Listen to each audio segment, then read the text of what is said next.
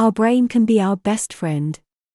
We can solve problems, have pleasant thoughts and come to insights. But it can also be our worst enemy. Especially if you suffer from intrusive, painful thoughts. It can make you anxious or even depressed. It doesn't matter what you do. They just keep coming.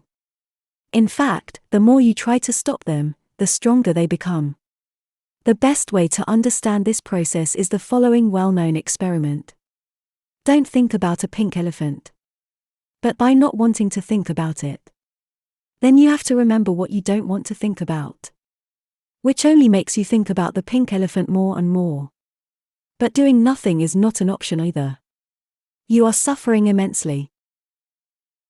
The best way to deal with this is to see the brain as a thinking organ. And there is no way to stop it. The thoughts just keep coming and coming. Just like our heart keeps beating and beating. You can't consciously stop your heart either. The problem is not our brain. And strangely enough, even our thoughts are not the problem. The real problem is fighting with our thoughts and being trapped in them as a result. And the moment we are trapped with negative thoughts, then we start suffering. So what can you do? Stopping your thoughts and controlling them are not an option. The solution is to first be able to distinguish between cognitive fusion and cognitive diffusion. Cognitive fusion is the tendency to believe that your thoughts and reality are one and the same. In fact, you actually merge with your own thoughts and become unable to separate yourself from them. You become one with them. You are your thoughts. And the thoughts are you. This is a big problem because thoughts are often negative, biased or irrational. And you do not distinguish between what you think and yourself. For this reason you behave as if your thoughts are the absolute truth, and with that come the negative feelings. And it is not possible to have an healthy perspective on your own thoughts. So, the first position you can take with respect to your thoughts is to be merged with them. You merge into thoughts and coincide with them. The other position you can take is to look at your thoughts from a distance. You detach yourself from your thoughts. You are there and your thoughts are there. You are not one with them anymore. This is called cognitive diffusion and is the opposite of cognitive fusion. Perhaps this is all very abstract and theoretical. Let's make it much more practical. We are going to do 3 small exercises so you will experience the difference between fusion and diffusion. Join us and don't just listen. Imagine. You are standing in front of the mirror. And you think, I am a huge loser. How did that feel? Not nice, of course. Now imagine standing in front of a mirror again. And you say to yourself, I have the thoughts that I am a huge loser. And how did that feel? A little more distant, didn't it? And now imagine. You're standing in front of the mirror again. You say to yourself, my brain is creating the thoughts that I am a huge loser. And how did this exercise make you feel? Even more distant from your thoughts, didn't it? Of course the thoughts still are not nice. But the effect of the thoughts on you diminishes. In the first exercise, you were completely fused with your thoughts. The last was a state of diffusion. So what happened? By making your thoughts longer and reminding yourself that your brain is a thought machine, you can more easily distance yourself from your thoughts. It is important to realize that the goal is not to get rid of your thoughts.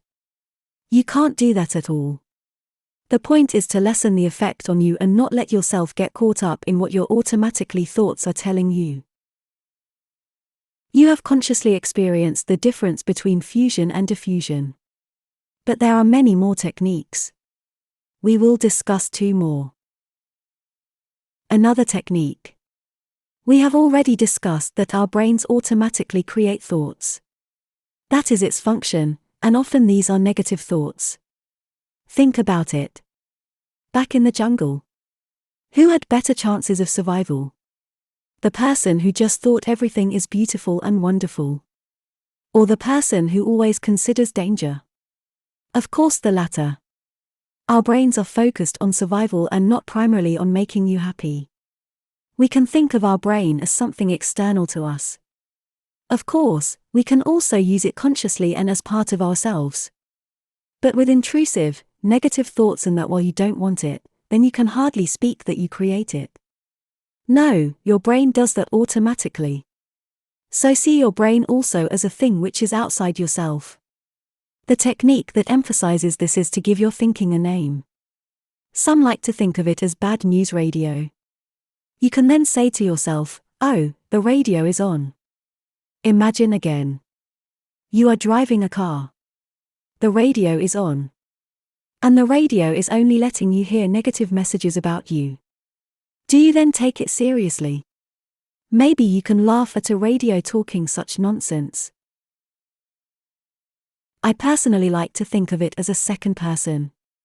That's why I named my thinking Christopher.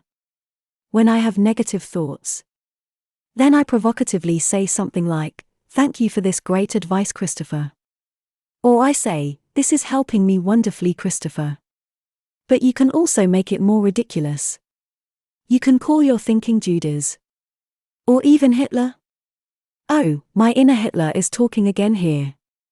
The more ridiculous the name, the less you take the thought seriously.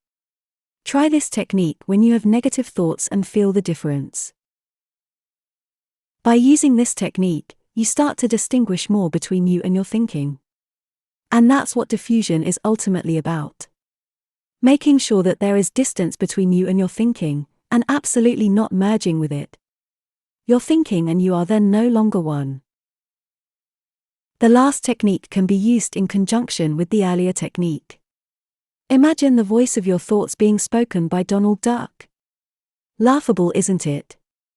Pick a little voice that you find hilarious and from now on, start trying to hear those thoughts that way. Let's do another experiment. Tell yourself that you are a loser. How does this feel?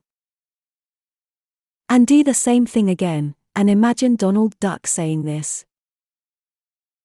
Feels different, doesn't it? Maybe the voice of Donald Duck is difficult. But choose a voice that does work for you. There are a few things that need to be said about diffusion techniques. First of all, diffusion is a process. The technique is only meant to teach you. The more experience you get in it, the easier it becomes. Just becoming aware of it can be enough. Second, diffusion is not about getting rid of your thoughts. It's meant to put distance between you and your thoughts so that you can refocus on things in life that are important to you. Third, we never address the content of your thinking. If it is negative, use the technique of diffusion. Whether it is true or false, we can always distance ourselves from our thinking. Fourth, should you have nice and positive thoughts, fuse with them completely. Enjoy it. Fusing is not a problem at all. We only use diffusion when we are troubled by our thoughts. Fifth, everyone has a certain preference with diffusion techniques. Choose the technique that works most for you. In the end, it comes down to this. Don't take your thoughts so seriously, no matter what they say. I hope this video was clear and gave you the techniques to deal with intrusive negative thoughts. Please help me by liking and subscribe this video. I will make new videos on psychological topics, and ideas, questions, and feedback are always welcome.